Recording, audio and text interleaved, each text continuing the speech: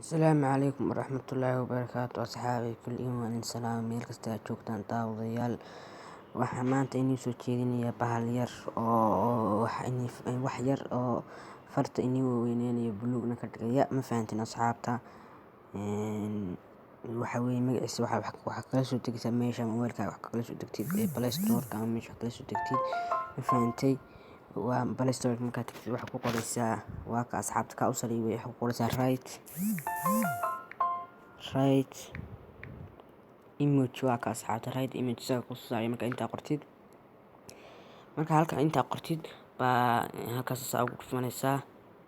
markaad ku dhufatid waa ka anigu waa soo dhigaysaa laakiin adigu waxaa oranaysaa waa soo dhigaysanaysaa ama soo install garanaysaa kadibna open baa ku oranaya. muuqaalkiisuna waa madowga sida loo qoraa hadda in tusaya asxaabay. halkaas saa ugu dhufanaysaa asxaabay in koraaliya waxaa ku qoraysaa waxaan ku qoraya oo kale magacaaba ku qoraya oo far waaweyn ama far yar taa rabtaa ku qori kartaa magacaaba qoraysaa kadibna halkaas taabanaysaa generate image. halkaas meesha buluuga saa u taabanaysaa asxaabay.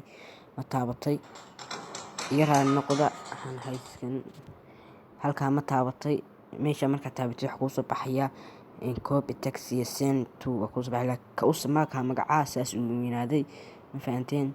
copy text ayaa ku dhufanaysaa asxaabay. copy text marka ku dhufatid waa ku dhufanaysaa kadibna xooganayaa waxaad tegaysaa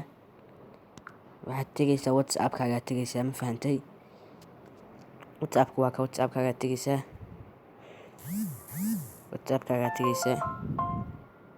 WhatsApp-kaaga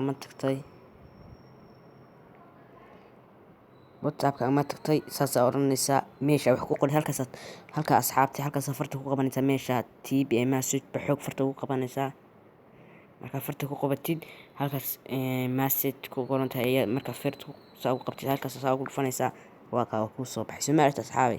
kadibna halkaas saa oranaysaa thank you so mahadsantiin asxaabta meel kasta aad joogtaan. waana Cabdi Yuusuf Muuse. fadlan haddaad daawatid channelkan like subscribe comment ka soo bixi. asalaamu calaykum waraxmatullaahi wabarakaatu.